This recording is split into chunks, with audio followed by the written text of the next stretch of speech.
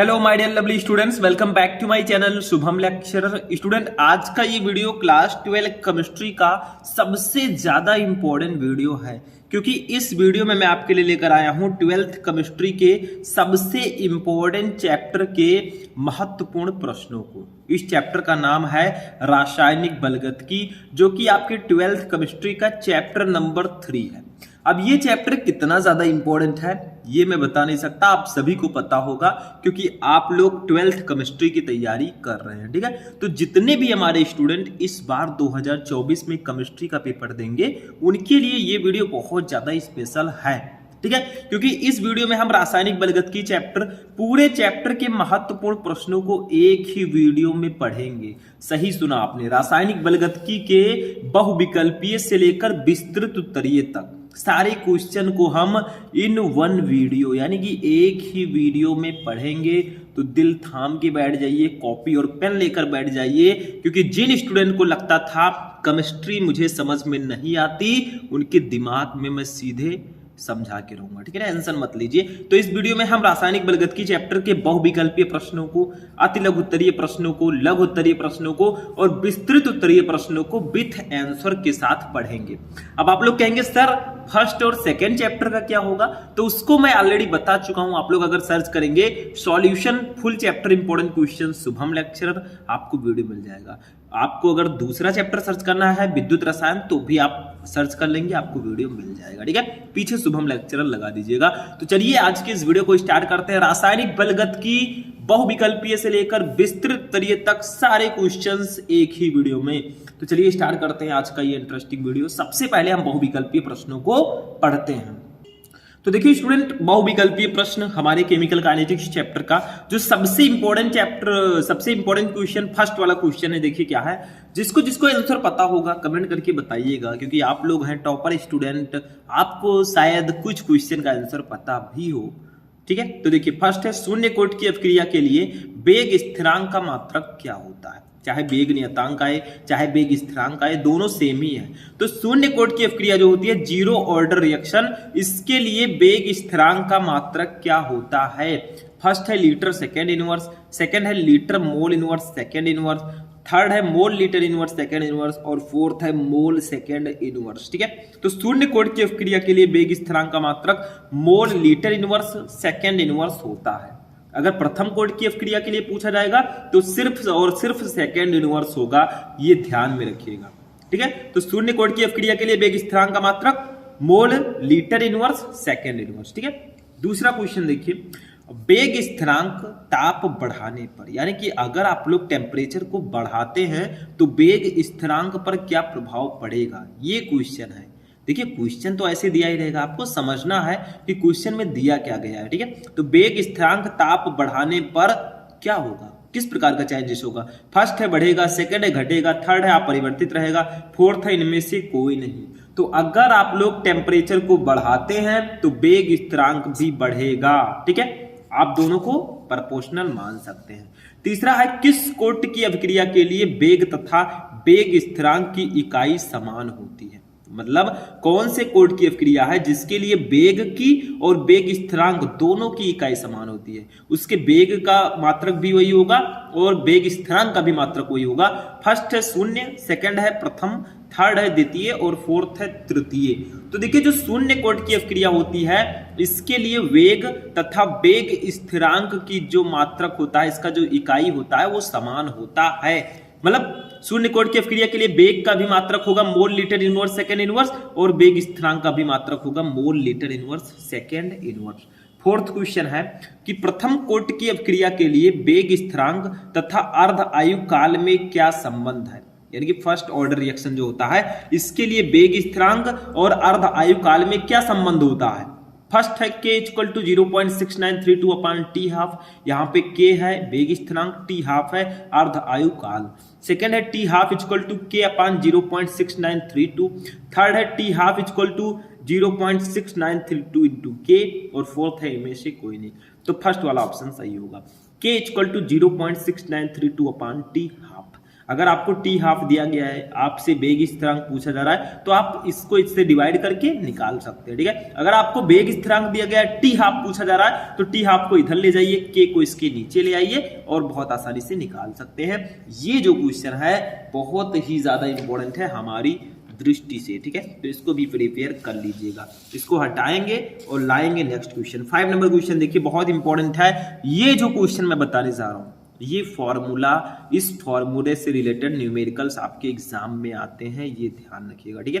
देखिए, प्रथम कोटि की अवक्रिया के लिए वेग स्थिरांक के का समीकरण है, मतलब प्रथम कोटि की अवक्रिया के लिए वेग स्थिरांक के का समीकरण क्या होता है। कहीं कहीं पूछा जाता है कि ये प्रथम कोटि की अवक्रिया इतने समय में इतना पूरा होती है, इतने समय में कितना % पूरा होगा, ठीक है। ऐसे ऐसे क्वेश्चंस आते हैं, तो वो इसी फॉर्मूले की सहायता से लगते हैं। और इकलौता ये ऐसा फॉर्मूला है हमारे केमिकल काइनेटिक्स चैप्टर में जिससे रिलेटेड न्यूमेरिकल्स ज्यादातर आते हैं, ठीक है।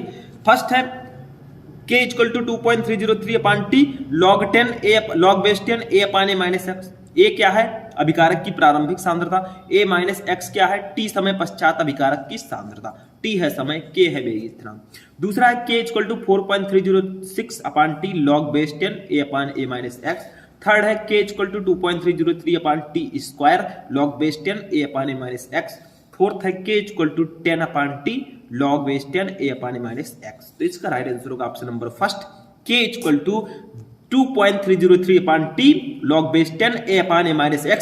इस फॉर्मूले की सहायता से हम बहुत सारे न्यूमेरिकल लगाते हैं केमिकल काइनेटिक्स में, तो इसको याद रखिएगा, ठीक है। मतलब k = 2.303/t, t है समय, log base 10 a/(-x, मतलब a है अभिकारक की प्रारंभिक सांद्रता, a-x है t समय पश्चात अभिकारक की सांद्रता। बहुत सारे न्यूमेरिकल मैं आपको करवा चुका हूं, अगर आप लोग सर्च करेंगे 12th chemistry chemical kinetics important numerical Shubham lecturer, आपको वीडियो मिल जाएगा। सारी सुविधाएं आपको मिल रही हैं, बस आपका जो टारगेट है उस पर आपको काम करना चाहिए और सारी क्लासेस को ज्वाइन करना चाहिए, क्योंकि सारी चीजें मैं देता हूं, ठीक है। नेक्स्ट क्वेश्चन 6 नंबर, प्रथम कोटि की अवक्रिया के लिए वेग स्थिरांक की इकाई क्या होती है। मैंने अभी बताया था भैया कि प्रथम कोटि की अवक्रिया के लिए जो वेग स्थिरांक का मात्रक होता है वो क्या होता है, ठीक है। फर्स्ट है mole litre inverse second inverse, ये तो शून्य कोटि का है। सेकंड है सेकंड इनवर्स। थर्ड है mole inverse litre second inverse. Fourth है mole inverse litre inverse second. तो भैया सेकंड ऑप्शन राइट होगा। प्रथम कोटि की अवक्रिया के लिए वेग स्थिरांक का मात्रक सेकंड इनवर्स होता है। सेकंड ऑप्शन इज करेक्ट, ठीक, समझ में आ गया। चलिए नेक्स्ट क्वेश्चन देखते हैं। अब ये हमारा बहुविकल्पीय प्रश्न हो चुका है, अब आएंगे अपने अति लघु उत्तरीय प्रश्नों पर, ठीक है, जो हमारे इस चैप्टर के इंपॉर्टेंट अति लघु उत्तरीय प्रश्न हैं, ठीक है। देखिए फर्स्ट है, शून्य कोटि की अवक्रिया से आप क्या समझते हैं, उदाहरण द्वारा समझाइए। What is zero order reaction. आपके अति लघु उत्तरीय प्रश्न में शून्य कोटि की अवक्रिया, प्रथम कोटि की अवक्रिया, ये सारे क्वेश्चंस ज्यादातर आते हैं। तो शून्य कोटि की अवक्रिया क्या है, नाम से स्पष्ट है, जीरो ऑर्डर रिएक्शन। तो वो अभिक्रिया जिसकी प्रगति में अभिकारक के किसी भी अणु का सांद्रण परिवर्तित नहीं होता है, अर्थात जिसका वेग अभिकारक के सांद्रता पर निर्भर नहीं करता, शून्य कोटि की अवक्रिया कहलाती है। मतलब शून्य कोटि की अवक्रिया एक ऐसी अवक्रिया है जिसमें अभिकारक की सांद्रता में कोई परिवर्तन नहीं होता। लिखा है वह अभिक्रिया जिसकी प्रगति में अभिकारक के किसी भी अणु का सांद्रण परिवर्तित नहीं होता, अर्थात जिसका वेग अभिकारक की सांद्रता पर निर्भर ही नहीं करता, वो शून्य कोटि की अवक्रिया कहलाएगी, ठीक है। मतलब शून्य कोटि की अवक्रिया में जो अभिकारक की सांद्रता है वो परिवर्तित ही नहीं होती, और ना ही अभिक्रिया का वेग उसकी सांद्रता अभिकारक की सांद्रता पर निर्भर करता है। एग्जाम्पल समझिए तभी समझ में आएगा, ठीक है। तो यहाँ पे लिखेंगे, हम इंग्लिश में लिखते हैं, हिंदी में उदाहरण भी लिख सकते हैं। एग्जाम्पल, ठीक है। एग्जाम्पल में देखिए, एक मैं एग्जाम्पल लेता हूं, सूर्य के प्रकाश की उपस्थिति में H2 यानी कि हाइड्रोजन व Cl2 यानी कि क्लोरीन का संयोग, मतलब सूर्य के प्रकाश की उपस्थिति में हाइड्रोजन और क्लोरीन का रिएक्शन, ठीक है। तो हम क्या करेंगे, सबसे पहले हाइड्रोजन लेंगे H2 और प्लस Cl2, ठीक है। दोनों का हम रिएक्शन कराएंगे, किसकी उपस्थिति में कराएंगे, सूर्य के प्रकाश की उपस्थिति में, जो लाइट ऑफ सन होता है, सूर्य का प्रकाश, ठीक है, सूर्य का प्रकाश। तो बनेगा क्या, देखिए बन जाएगा आपका हाइड्रोक्लोरिक अम्ल 2HCl बनेगा। देखिए यहां पर हाइड्रोजन कितना है 2, यहां पर भी 2 है, Cl कितना है 2, यहां पे भी 2 है। ठीक है, तो ये आपका रिएक्शन हो जाएगा। यानी कि जब हम हाइड्रोजन और क्लोरीन का सूर्य के प्रकाश की उपस्थिति में रिएक्शन कराते हैं तो हाइड्रोक्लोरिक अम्ल बनता है। बट यहां पर देखिए जो जब ये रिएक्शन होता है तो हाइड्रोजन और क्लोरीन इन दोनों की सांद्रता परिवर्तित नहीं होती।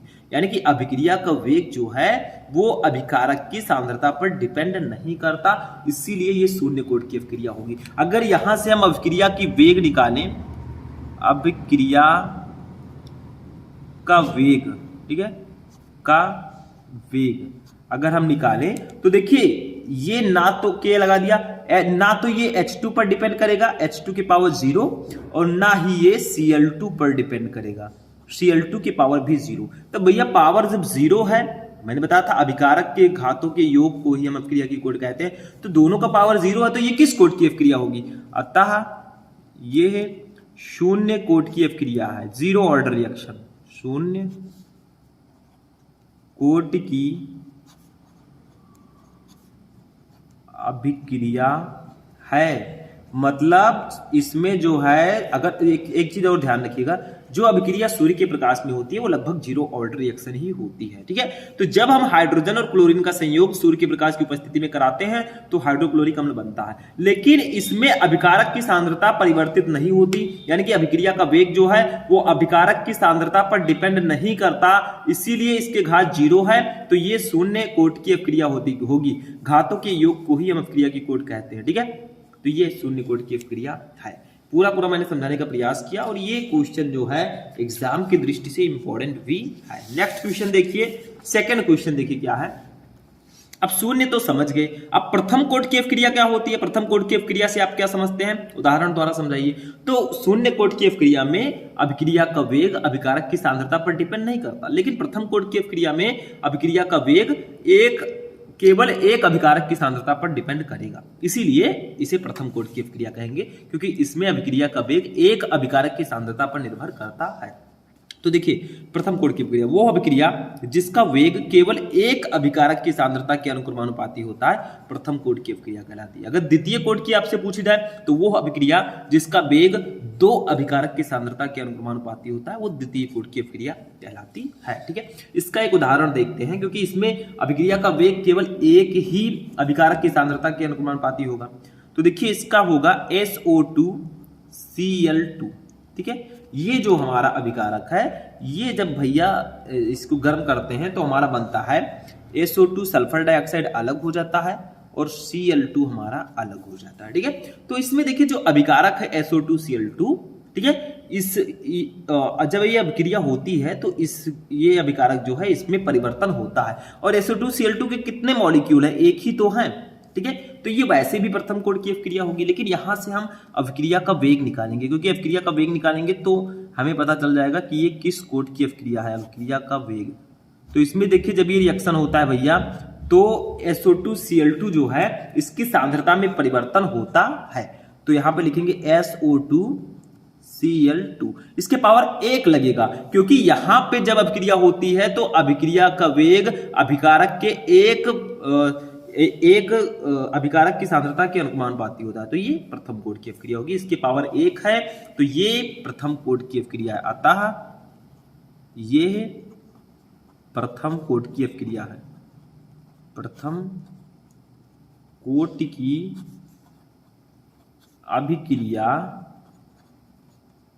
अभिक्रिया है, क्योंकि इसमें जो है अभिक्रिया का वेग एक अभिकारक की सांद्रता के अनुपाती होता है।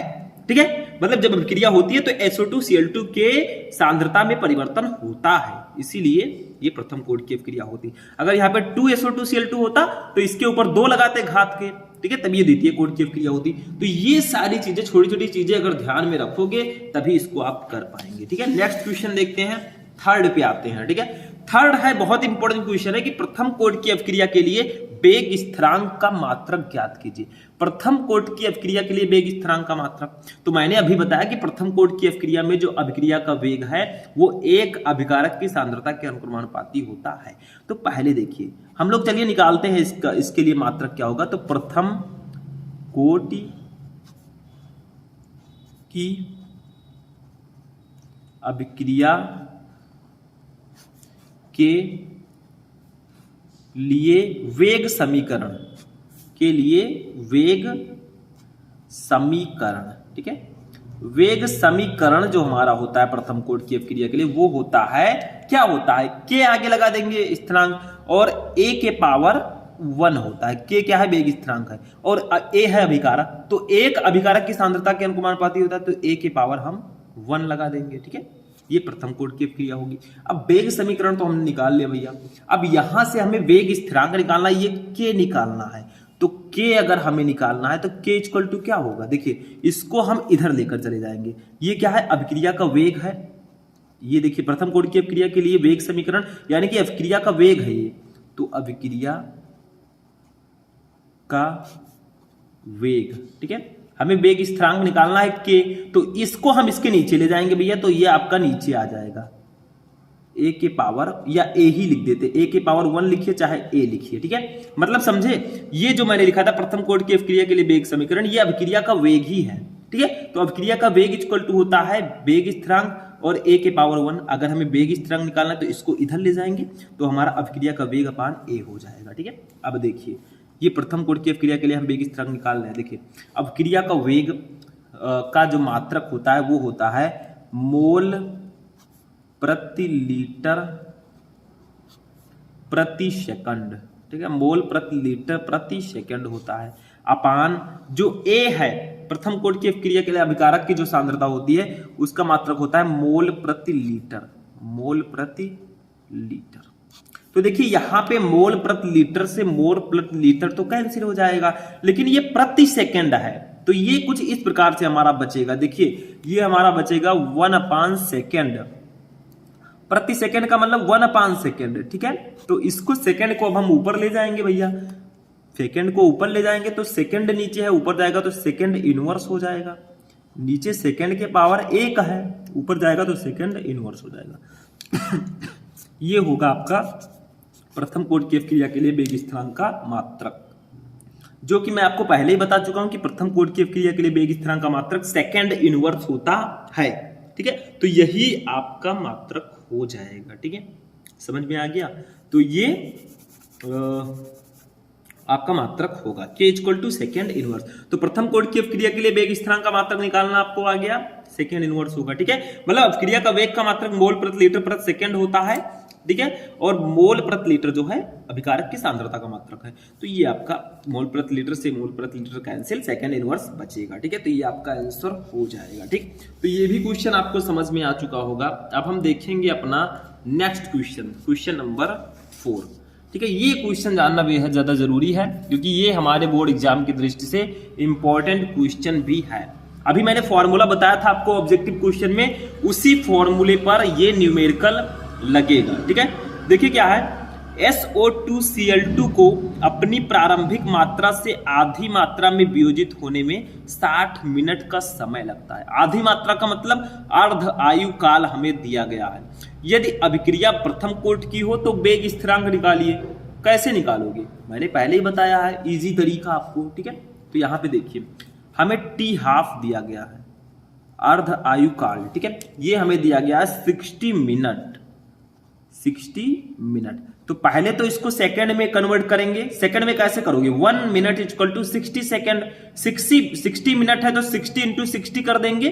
ठीक है, 1 मिनट में 60 सेकंड होते हैं, तो 60 मिनट है तो 60 इंटू 60 हो जाएगा। तो T½ इक्वल टू हमारा होगा 60 का 60 से जब हम मल्टीप्लाई करेंगे तो 3600 आ जाएगा, 3600। ठीक है, यहां से हम T½ अगर निकालें तो हमारा कितना आएगा, ये आ जाएगा 3.6। देखिए इसको कैसे निकालोगे, 3600 को हम इस प्रकार भी लिख सकते हैं, 3.6 इंटू 10³ सेकंड। लिख सकते हैं कि नहीं लिख सकते हैं, लिख सकते हैं भैया, क्योंकि देखिए हम क्या किए हैं, 1 2 3 3 अंक के बाद दशमलव लगाए हैं तो 10³ से गुणा हो जाएगा। या 3600 को हम कैसे लिख सकते हैं, 36 गुणे 100, तो 36 गुणे 10³ होता, 3.6 इंटू 10³ कर दिया। ठीक है, 2 होता। तो ये आपका के हमें निकालना है। अब चलिए वेग स्थिरांक का फॉर्मूला लगाते हैं, वही वाला।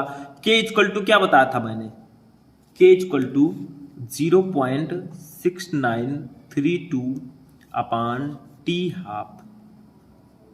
हाफ, ठीक है। ये फॉर्मूला मैंने आपको बताया था, ठीक। अब इसी फॉर्मूले पर हम रख देंगे k इक्वल टू हमारा आ जाएगा 0.6932 अपान टी हाफ की वैल्यू ऊपर दी गई है 3.6 इंटू 10⁻3, तो ये हो जाएगा 3.6 इंटू 10⁻3। अब एक काम करिए आप लोग, बहुत इंपॉर्टेंट, यहाँ पे टर्म समझिएगा।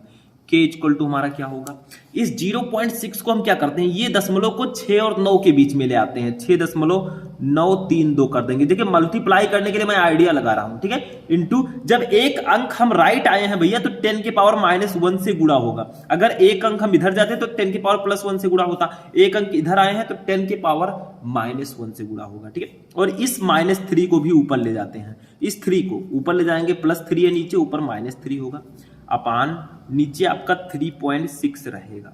अब 6.932 है, ये 3.6 है, इसको कट करोगे तो आपका अप्रॉक्स जो आएगा वो आएगा 1.925, ये इतना आएगा, ठीक है। तो k इक्वल टू हमारा, आप भाई डिवाइड, अब देखिए कैलकुलेशन तो आपको करना होगा, कैलकुलेटर करके लेकर आप नहीं जाएंगे क्लास में, जाने ही नहीं दिया जाएगा, तो आज ही सीख लीजिए। तो 1.925 इंटू 10⁻⁻1 है, -3 है, माइनस प्लस दोनों जुड़ जाएंगे, लेकिन चिन्ह वही रहेगा -4, इसका मात्रक होगा सेकेंड इनवर्स, क्योंकि मैंने सेकेंड में कन्वर्ट किया था 60 मिनट को, अगर सेकेंड में नहीं कन्वर्ट करता तो मिनट में आंसर आता, ठीक है। तो ये आपका आंसर हो जाएगा, यही वेग स्थिरांक होगा। तो ये फॉर्मूला याद रखना मेरे दोस्त, नहीं तो प्रॉब्लम हो जाएगी आप लोगों को। k equal to 0.6932 upon T half, ठीक है, ये फॉर्मूला आपको याद रखना है। चलिए आगे बढ़ते हैं, अब आते हैं अपने इस चैप्टर के लघुत्तरीय प्रश्नों पर। देखिए मेरे स्टूडेंट, लघुत्तरीय प्रश्न का आंसर मैं इसमें नहीं बताने वाला। मेरे बहुत सारे स्टूडेंट हैं जो कहते हैं सर आप लघुत्तरीय प्रश्नों का आंसर नहीं बताते, इसीलिए मैं आपका क्लास नहीं ज्वाइन करना चाहता। आप लोग, गलती आपकी है, लघुत्तरीय प्रश्नों का आंसर मैं बता चुका हूं, आप लोग सर्च कीजिए, या आप ऐसे ही सर्च कीजिए class 12 chemical kinetics important numerical Shubham lecturer, आपको न्यूमेरिकल मिल जाएगा। न्यूमेरिकल ही मैं इसमें बता रहा हूँ, लघुत्तरीय में यही सब आते हैं, ठीक है। आप सर्च कीजिए 12th केमिस्ट्री इंपॉर्टेंट लघुत्तरीय प्रश्न शुभम लेक्चरर, आपको वीडियो मिल जाएगा। मैंने चैप्टर 1 से चैप्टर 5 तक सारे लघुत्तरीय प्रश्न आपको बता रखे हैं। गलती आपकी है, बहुत सारे स्टूडेंट कहते हैं सर लघुत्तरीय प्रश्नों का आंसर ही नहीं बताते। मैं बताता हूं, आप लोग पढ़ते नहीं है और पढ़े भी होंगे शायद, ठीक है। तो इसको बड़ा बनाने से क्या फायदा, जब मैं आपको ऑलरेडी पढ़ा चुका हूं। आप लोग सर्च करो कि केमिस्ट्री के लघुत्तरीय प्रश्न शुभम लेक्चरर, देखो ये सब वीडियो आपको मिल जाएगा आंसर के साथ, ठीक है। तो वहां से आप लोग देख लीजिए, ज्यादा अच्छा रहेगा। टाइम मनी है, टाइम वेस्ट नहीं करेंगे, ठीक है। तो देखिए फर्स्ट है, मैं जो इंपॉर्टेंट है वो बता दे रहा हूं। आभासी एकाणुक अपक्रिया को उदाहरण द्वारा समझाइए, बहुत इंपॉर्टेंट है। आभासी एकाणुक अपक्रिया क्या होती है, जिसकी कोटि एक हो लेकिन आणविकता एक ना हो, वो आभासी एकाणुक अपक्रिया है, ठीक है। अब दूसरा देखिए, एक प्रथम कोटि की अपक्रिया का आधा भाग 50% 10 मिनट में पूर्ण होता है, इस अपक्रिया का 80% भाग कितने समय में पूर्ण होगा। ये उसी फॉर्मूले पर लगेगा जो मैंने प्रथम कोटि की अपक्रिया के लिए वेग स्थिरांक का फॉर्मूला बताया था, k equal to 2.303 upon T log base 10 a upon a minus x. वही फॉर्मूला इन तीनों न्यूमेरिकल में लगेगा जो मैं नीचे बताने जा रहा हूँ। तीसरा देखिए केमिकल काइनेटिक्स चैप्टर जो है ये न्यूमेरिकल्स के लिए जाना जाता है। ये देखिए न्यूमेरिकल जो मैं यहाँ पे बता रहा हूँ, ये सारे न्यूमेरिकल आने के चांसेस बहुत ज्यादा हैं, यही न्यूमेरिकल्स आते हैं इस चैप्टर से, तो मैंने लघुत्तरीय प्रश्नों में इसको इंक्लूड कर दिया। दूसरा है, एक प्रथम कोटि की अपक्रिया का आधा भाग 50% हो चुका है। तीसरा देखिए, एक प्रथम कोटि की अपक्रिया 100 सेकंड में 50% संपन्न होती है, अपक्रिया का वेग स्थिरांक ज्ञात कीजिए। यानी कि प्रथम कोटि की अपक्रिया जो 100 सेकंड में 50% संपन्न होती है, अपक्रिया का वेग स्थिरांक निकालना है, ठीक है। ये भी 3 नंबर वाला। देखिए लघुत्तरीय प्रश्न 2 टाइप के आपके फिजिक्स में आते हैं, एक 3 नंबर वाले, एक 4 नंबर वाले। तो अभी मैं 3 वाला बता रहा हूँ, अभी 4 वाला भी बताऊंगा। 4 नंबर देखिए, सिद्ध कीजिए कि प्रथम कोटि की अपक्रिया को 3/4 पूर्ण करने में लगा समय अर्ध क्रिया को पूर्ण करने में समय का 2 गुना होता है। ये इसी फॉर्मूले से लगेगा, k इक्वल टू तीनों न्यूमेरिकल जो मैंने नीचे बताए, देखिए 2.303 upon T log base 10 a upon a minus x, ठीक है। इसी फॉर्मूले से ये सारे न्यूमेरिकल लगेंगे भैया, तो इस फॉर्मूले को क्लियर कर लीजिएगा, नहीं करेंगे तो गलती आपकी रहेगी, ठीक है। आगे बढ़ते हैं, नेक्स्ट क्वेश्चन देखिए। अब लघुत्तरीय प्रश्नों को हम देखते हैं। 4 नंबर वाले क्वेश्चन जो है, इसमें एक क्वेश्चन इंपॉर्टेंट है सबसे ज्यादा, अपक्रिया की कोटि और आणविकता को समझाइए। What is order of reaction and what is molecularity of reaction, ठीक है, अभिक्रिया की कोटि और आणविकता क्या होती है। विस्तृत उत्तरीय प्रश्न इस चैप्टर के आने के चांसेस बहुत कम है, मतलब एक ही क्वेश्चन है, कभी कभी आता है, बाकी इसमें विस्तृत उत्तरीय प्रश्न ज्यादातर नहीं आते। इससे लघु उत्तरीय प्रश्न ज्यादातर आएंगे, जो मैंने अभी 4-5 क्वेश्चन बताए न्यूमेरिकल और भी सारी चीजें, उसको तैयार कर लीजिएगा, ठीक है। केमिस्ट्री के केमिकल काइनेटिक्स का न्यूमेरिकल मैं अलग से पढ़ा चुका हूं, जो मैंने अभी लघु उत्तरीय में बताया है, सर्च करके देख लेना। आज जो पढ़ रहे हो उसको एकदम से क्लियर कर लो, अधूरा मत छोड़ो, आधा अधूरा ज्ञान हानिकारक होता है, ठीक है। तो फर्स्ट देखिए, किसी रासायनिक अभिक्रिया के वेग पर दाब, सांद्रता, ताप व उत्प्रेरक का क्या प्रभाव पड़ता है। रासायनिक अभिक्रिया के वेग को प्रभावित करने वाले कारकों का उल्लेख कीजिए, ऐसा भी क्वेश्चन आता है। दो टाइप से, एक इस प्रकार से आएगा, रासायनिक अभिक्रिया के वेग पर को प्रभावित करने वाले कारक का उल्लेख कीजिए, या फिर इस प्रकार से आएगा, किसी रासायनिक अभिक्रिया के वेग पर दाब, सांद्रता, ताप व उत्प्रेरक का क्या प्रभाव पड़ता है, ठीक है। तो ये इस प्रकार से क्वेश्चंस आते हैं, ठीक है।